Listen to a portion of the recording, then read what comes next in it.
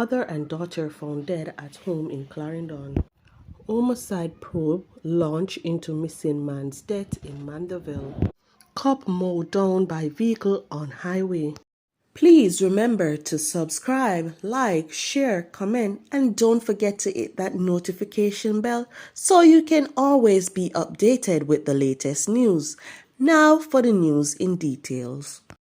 The Clarendon police are awaiting post-mortem results to determine whether ackee poisoning caused the deaths of a mother and daughter who were found inside their house at Brandon Hill on Wednesday evening. The deceased are 76-year-old retired teacher Sylvia Smith and 38-year-old Natalie Lormand. More details to come following further investigations.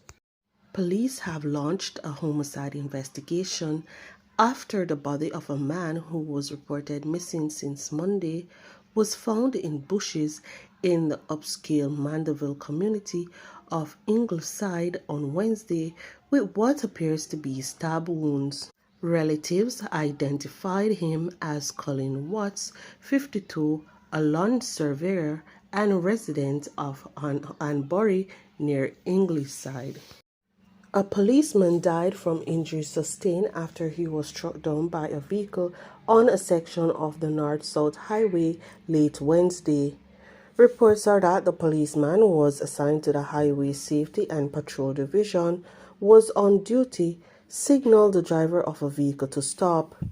Reports are that the policeman was hit by the vehicle in the process. The injured lawman was rushed to hospital where he succumbed to his injuries. The Police Federation has since expressed sadness over the passing and has also sent condolences to the family of the fallen law official.